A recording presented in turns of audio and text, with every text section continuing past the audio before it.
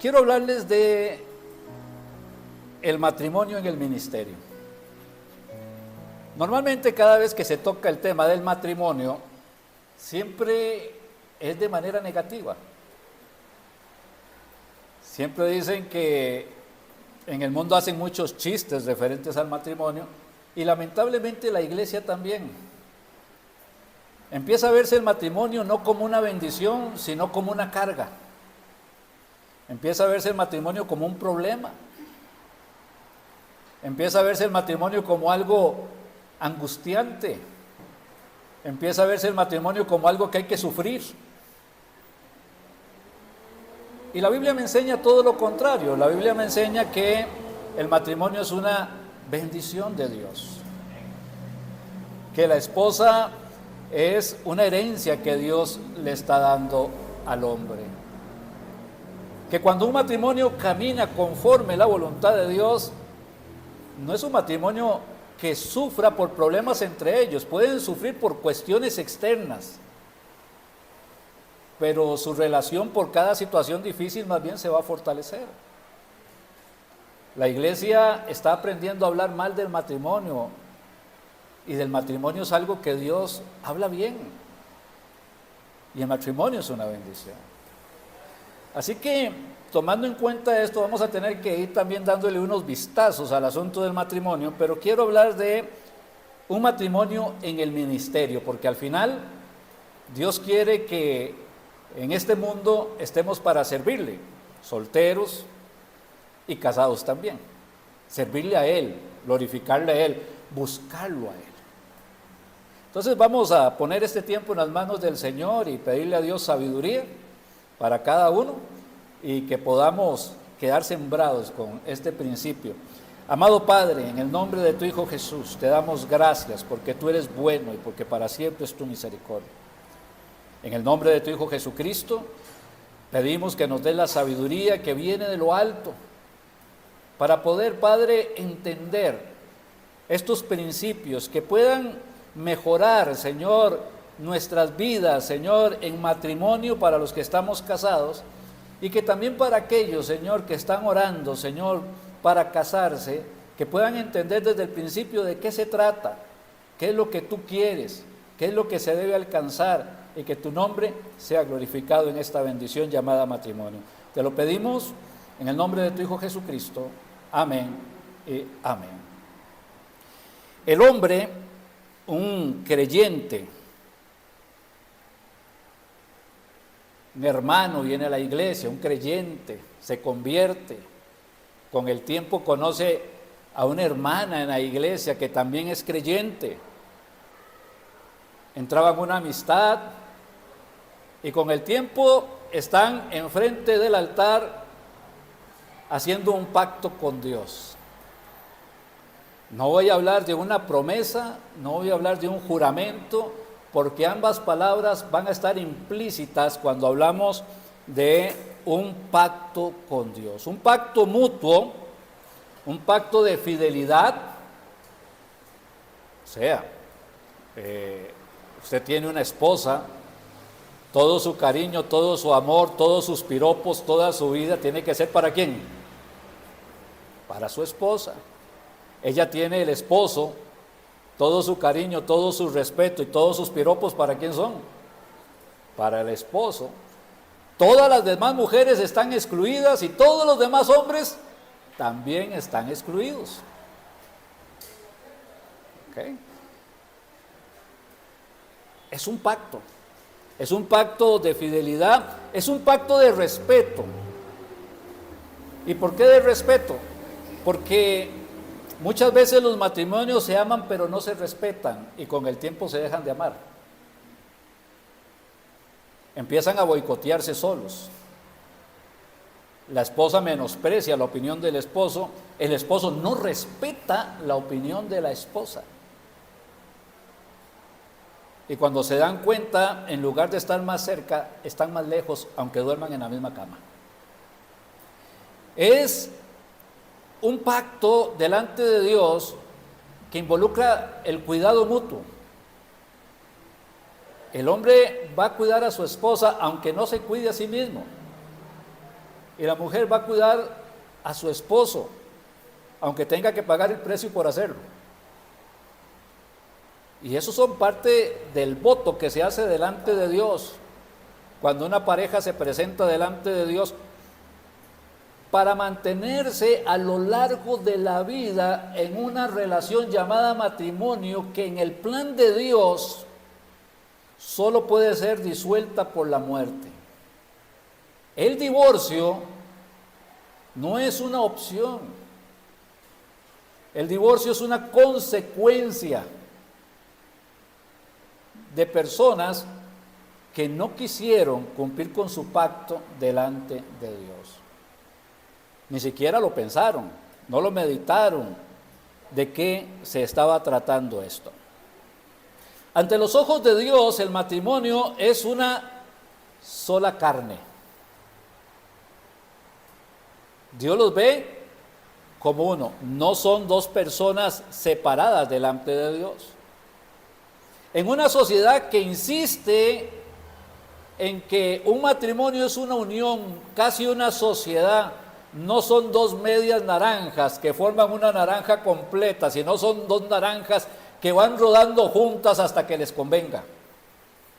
Este pensamiento no es un pensamiento que esté en las Escrituras. Es la necedad de una sociedad que trata de irrespetar lo que Dios dice, pero lo que Dios dice es lo que bendice al hombre. El que obedece a Dios es feliz. El que desobedece a Dios paga las consecuencias. Ante los ojos de Dios son una sola carne. Pero además, aunque ante los ojos de Dios son una sola carne, forman una unidad, como son cristianos, pertenecen también a un solo cuerpo que se llama iglesia, donde Cristo es la cabeza. Es una unión dentro de una unión. Y como cristianos no solamente guardamos el respeto de la unión matrimonial, sino el respeto de la unión como cristianos dentro de la iglesia. Por eso es la idea de un matrimonio en el ministerio lo que estamos hablando. Ahora, para ver algunos pasajes, vamos a buscar 2 de Corintios capítulo 6, verso 14, para los que apuntan,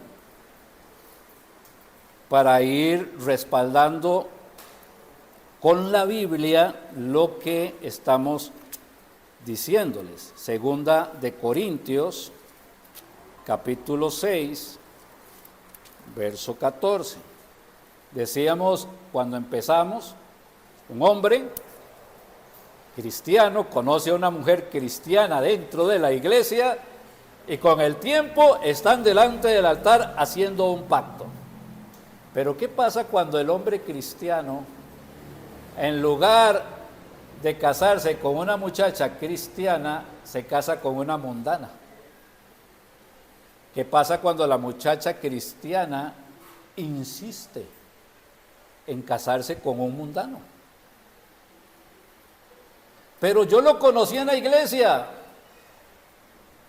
Eso no indica de que esa persona era cristiana, indica que la conoció en la iglesia.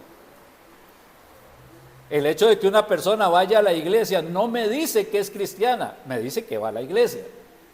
Porque la Biblia dice, por sus frutos los conoceréis.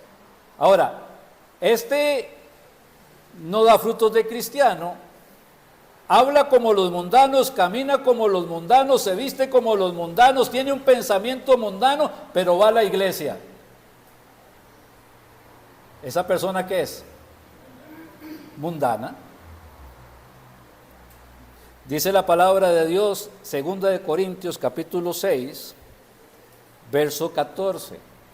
No os unáis en yugo desigual con los incrédulos. ¿Qué es un incrédulo? Alguien que se resiste a creer en Cristo.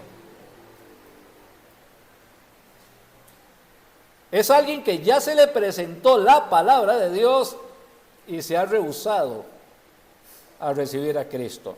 No os unáis en yugo desigual con los incrédulos, porque ¿qué compañerismo tiene la justicia con la injusticia?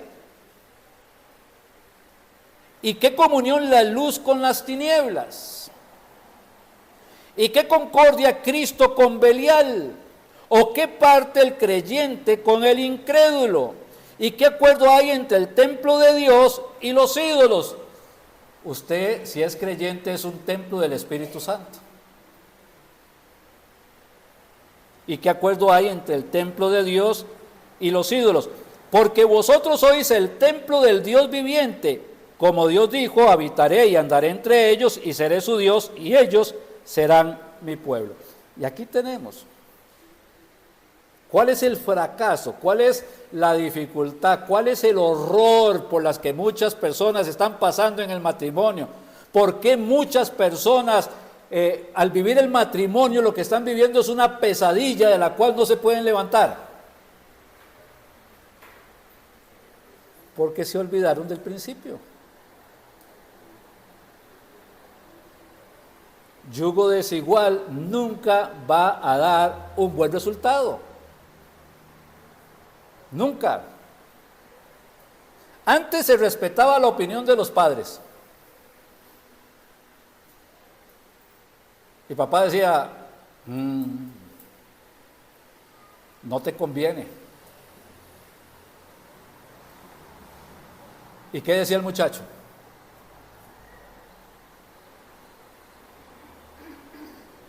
Y le decían a la muchacha, ese muchacho no, yo lo veo muy pícaro, él, no sé, como que le hace ojitos a usted, pero le hace ojitos a cualquiera. Y la muchacha, ¿qué dice? No, es que yo he estado orando y esto es la respuesta de Dios a mi vida. No, lo que pasa es que el diablo se adelantó, que también estaba escuchando la oración y quería que usted cayera en destrucción.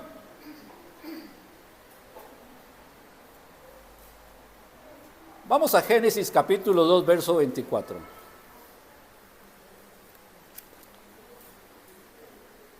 Génesis capítulo 2, verso 24.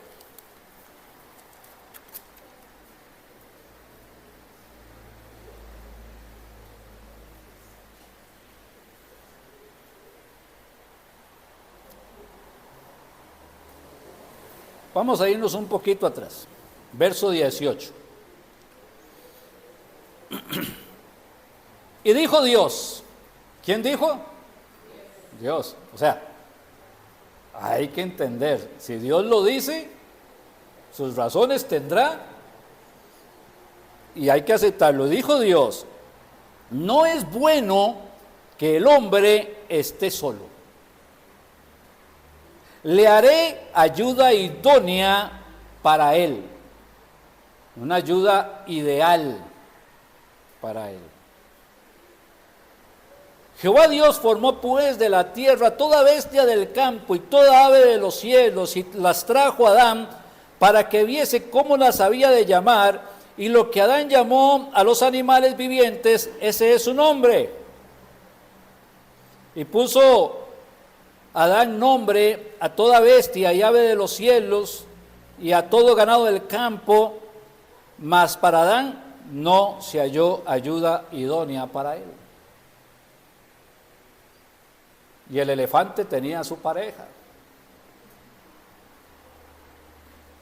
Y la jirafa tenía a su pareja. Todo animal tenía a su pareja. Pero Adán estaba solo. Y Dios dijo, no es bueno que esté solo. Le voy a hacer una ayuda idónea. Y puso Adán nombre a toda bestia y ave de los cielos y a todo ganado del campo, mas para Adán no se halló ayuda idónea para él. Cuando no hay algo, y aunque nosotros procuremos de alguna manera suplir ese algo que no tenemos, lo que sea, en este caso fue la esposa, pero cualquier otra cosa, dejemos que sea Dios quien nos lo supla. Adán estaba solo, ¿quién le suplió la esposa? Dios. Dios. Pero en cualquier otra cosa de la vida, permita que sea Dios que le bendiga, que sea Dios quien le supla todo lo que le haga falta conforme a sus riquezas en gloria. Este es un principio más amplio todavía. ¿Okay?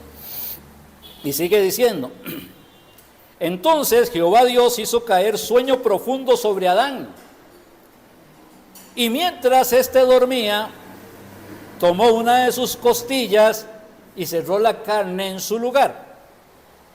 Y de la costilla que Jehová Dios tomó del hombre, hizo una mujer y la trajo al hombre. Dijo entonces Adán, esto es ahora hueso de mis huesos y carne de mi carne. Esta será llamada varona porque del varón fue tomada. Por tanto, dejará el hombre a padre y a madre y se unirá a su mujer y serán una sola carne. Y estaban ambos desnudos, Adán y su mujer, y no se avergonzaban. Quiero hacer una corrección de un chiste. Nunca haga chistes con la palabra de Dios. ¿Ok? Respete la palabra de Dios. Voy a decirlo a manera de decirle corríjase. No se ría. Hay algunos que por hacer chiste dice, por tonto dejará el hombre a su padre y a su madre. ¿Podemos reírnos? No, es la palabra de Dios.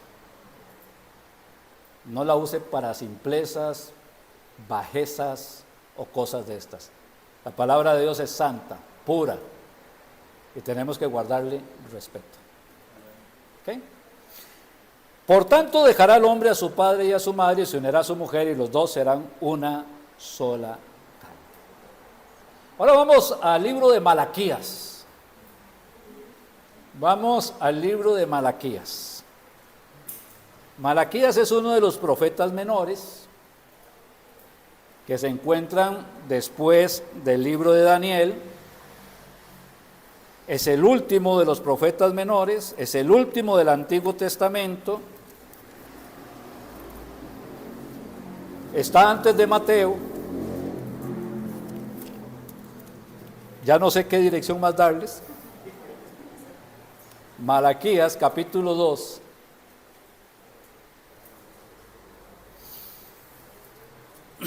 Vamos a leer del verso 13 en adelante.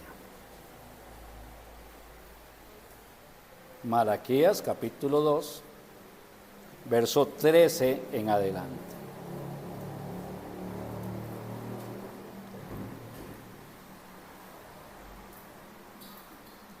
Y esta otra vez haré cubrir el altar de Jehová de lágrimas, de llanto y de clamor. Así que no miraré más a la ofrenda para aceptarla con gusto de vuestra mano. Van a hacerle una ofrenda a Dios y Dios dice, no, gracias. De vuestra mano no quiero ofrendas suyas.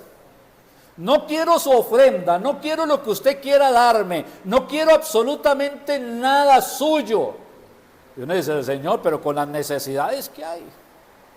Y el Señor dice, no, por más necesidades que puedan haber, no quiero nada suyo. Y la pregunta sería, ¿por qué? Vean lo que dice el verso 14, más diréis, ¿por qué? Porque Jehová ha atestiguado, o Jehová es testigo entre ti y la mujer de tu juventud, contra la cual has sido desleal, siendo ella tu compañera y la mujer de tu pacto. Ahí está. Hoy que las iglesias dicen, pues no hay problema, si ya no le gustó, divórciese, cásese con otra. ¿Has sido desleal contra quién? Contra la mujer de tu juventud, con esa mujer, esa mujer que creyó en usted, esa mujer que se enamoró de usted, a esa mujer que usted enamoró, esa mujer con la cual usted se comprometió, la mujer con la cual usted se casó y ahora por alguna situación usted decide divorciarse. Y normalmente no es por problemas de matrimonio, es que porque puso los ojos en otra mujer. Y no deja de pasar ahora en nuestra sociedad también con las mujeres hacia los hombres. La mujer de tu juventud, la mujer de tu pacto. Y usted ha sido desleal con la mujer de la juventud, con la mujer del pacto, y por eso no quiero nada de parte suya.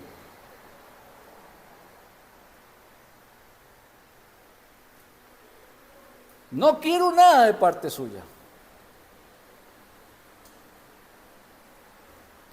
Sigue diciendo,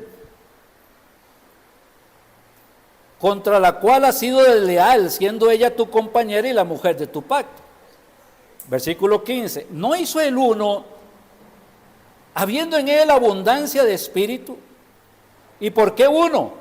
Porque buscaba una descendencia para Dios. Guardaos pues en vuestro espíritu y no seáis desleales para con la mujer de vuestra juventud.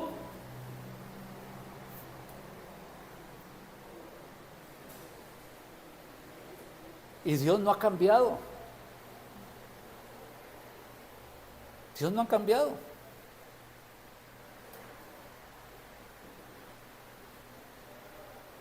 Pero la iglesia parece que sí, y empieza a aceptar lo que Dios no acepta. Paréntesis. Aquí nos vemos forzados a hacer un paréntesis. ¿Y qué pasa cuando una persona se había divorciado, se volvió a casar y ya en su segundo matrimonio recibieron a Cristo? ¿Qué tiene que hacer esa persona? Y entonces llegan algunos y dicen, no, tiene que divorciarse de la segunda para volver con la primera. Como si la primera lo estuviera esperando. ¿Sí? Sí.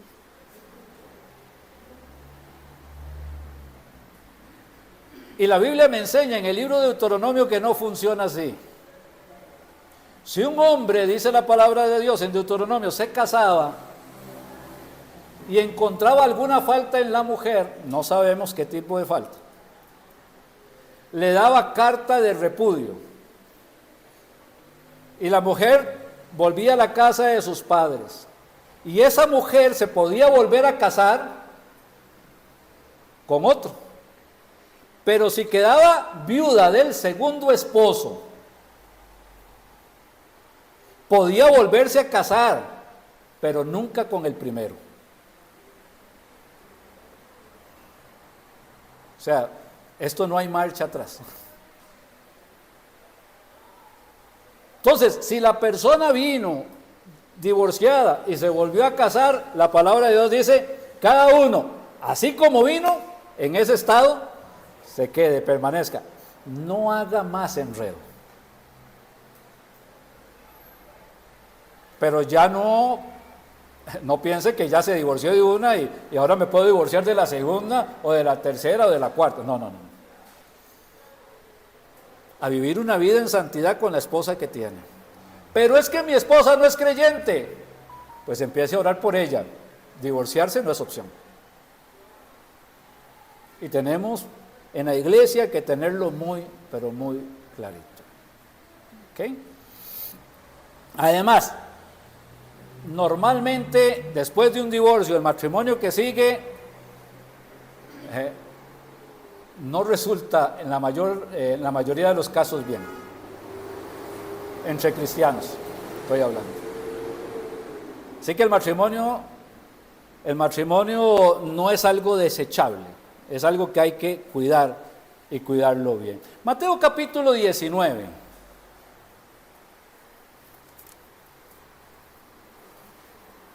Mateo capítulo 19.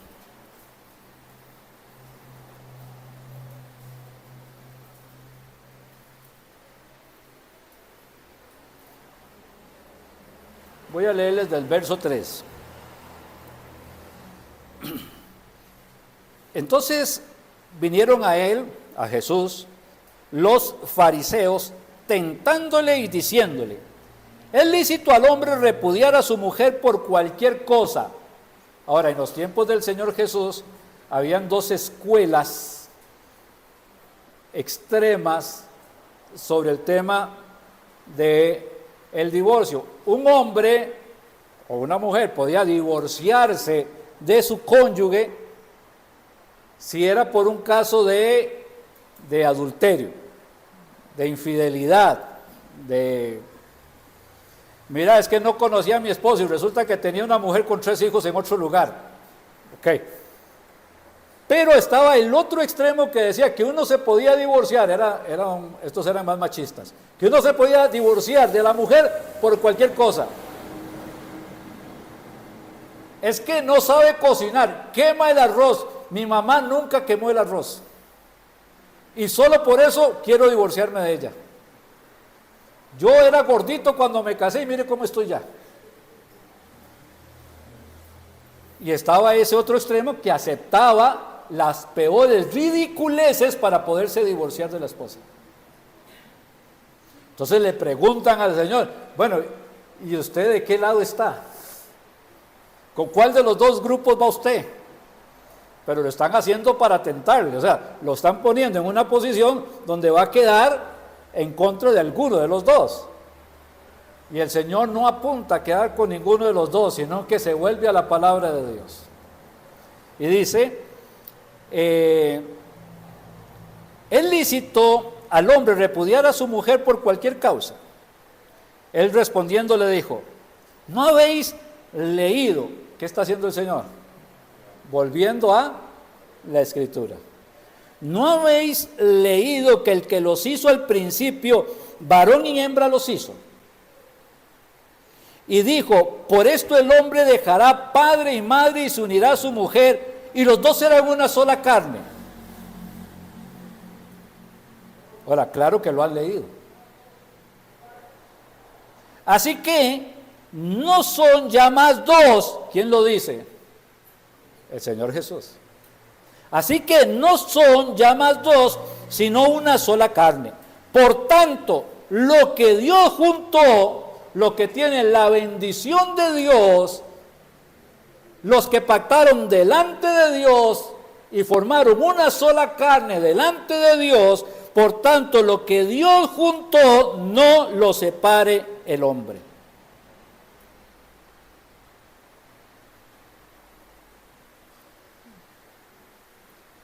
Y vamos a ir a un versículo más, Romanos capítulo 12, capítulo 4.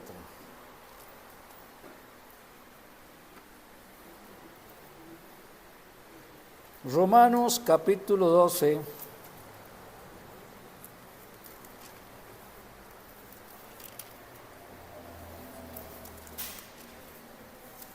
versículo 4.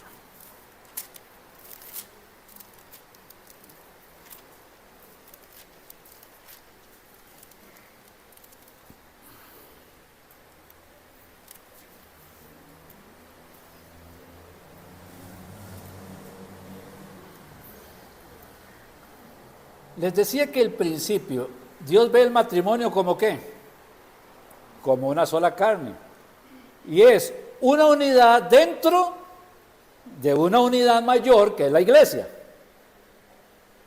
¿Ok? De la iglesia de Cristo, de la cual es la cabeza. Y dice el verso 3, 12:3, dice, digo pues por la gracia que me es dada, a cada cual que está entre vosotros, que no tenga más alto concepto de sí que el que debe tener, sino que piense de sí con cordura, conforme a la medida de fe que Dios repartió a cada uno. En una iglesia somos una unidad en Cristo. No hay más ungidos, no hay santos de primera categoría, hay santos con la misma unción, porque cada creyente ha sido ungido, bautizado en el Espíritu Santo y tiene el Espíritu Santo morando en él, y eso lo hace formar parte del cuerpo de Cristo. Es una unidad. Algunos cristianos creen que no son parte de la unidad y que están por encima de la unidad, que ellos son los importantes, que ellos son los grandes, que ellos son la gente que merece la pleitesía dentro de una iglesia. Esto en las iglesias de Apocalipsis es una abominación, desagradable delante de los ojos de Dios. Por eso nadie tenga más alta estima de sí que la que debe tener. Piense de sí con cordura. Dios le dio dones espirituales a usted, Dios me dio dones espirituales a mí, y el don espiritual suyo no es mayor que el mío, ni el mío mayor que el suyo, sino que Dios los reparte como Él quiere, para que nos complementemos como un solo cuerpo y podamos hacer la obra de Dios. Porque la obra de Dios no la hace una sola persona. Verso 4. Porque de la manera que en un cuerpo tenemos muchos miembros, pero no todos los miembros tienen la misma función, así nosotros, siendo muchos, somos un cuerpo en Cristo, y todos miembros los unos de los otros. El principio del matrimonio se aplica a la iglesia. 1. Dios es uno. Escucha Israel, Jehová nuestro Dios, Jehová uno es, ¿verdad? Dios es un ser en el cual habitan 3 personas individuales, porque podemos saber quién es el Padre, quién es el Hijo y quién es el Espíritu, pero no independientes, porque todos tienen una misma esencia de vida, los 3.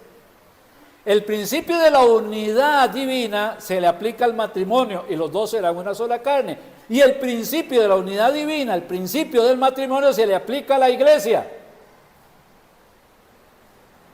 Porque aunque somos muchos, somos un solo cuerpo. Este es un principio bíblico y usted lo puede ver a lo largo de la Escritura, de Génesis a Apocalipsis. Porque de la manera que en un cuerpo tenemos muchos miembros, pero no todos los miembros tienen la misma función, así nosotros siendo muchos somos un cuerpo en Cristo y todos miembros los unos de los otros. De manera que teniendo diferentes dones según la gracia que nos es dada, porque todos los cristianos tenemos alguna gracia, no para ser graciosos, sino un don de Dios para servirlo a Él. ¿Okay? De la manera que, teniendo diferentes dones según la gracia que nos fue dada, si el de profecía, úsese conforme a la medida de la fe, o el de servicio en servir, o el que enseña en la enseñanza, el que exhorta en la exhortación, el que reparte con liberalidad, el que preside con solicitud, el que hace misericordia con alegría. Y entonces empezamos a ver, ya para redondear esta primera enseñanza. Lo interesante es que solo les di la introducción. 1. Ok. Dios quiere que un matrimonio le sirva como matrimonio, le sirva como una sola carne. Dentro de un grupo de personas que también tienen el Espíritu Santo para poder llevar a cabo la obra de Dios.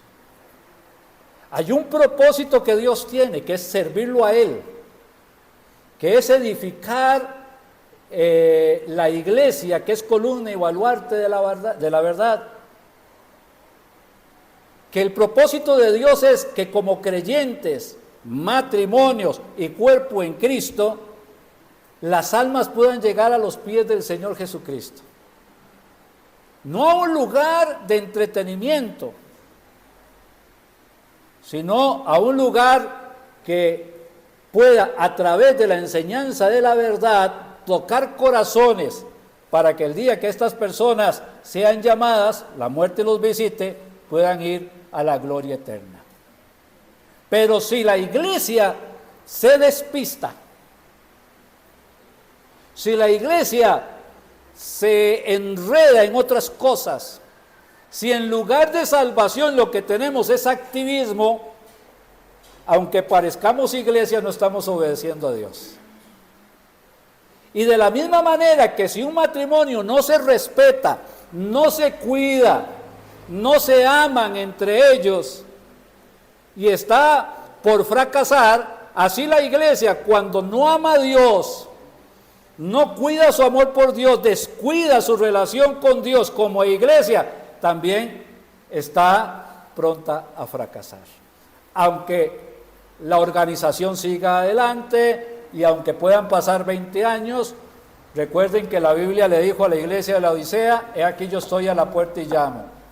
Ellos estaban reunidos como iglesia, pero Cristo estaba afuera tocando la puerta porque nadie tenía comunión con Él. ¿Entendemos el principio? Amén. Cualquier duda, con mucho gusto. Vamos a ponernos en pie y vamos a terminar esta primera parte en oración.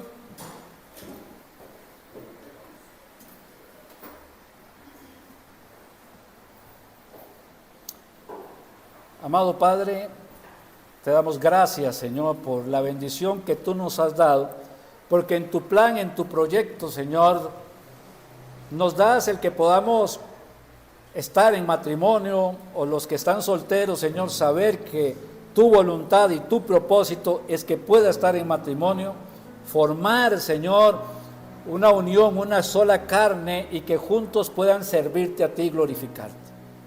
Te ruego que este principio que estamos aprendiendo quede sembrado y pueda producir el fruto, Señor, en matrimonio y como iglesia que tú quieres que tengamos. Te lo pedimos en el nombre de tu Hijo Jesús. Amén y amén. Amén.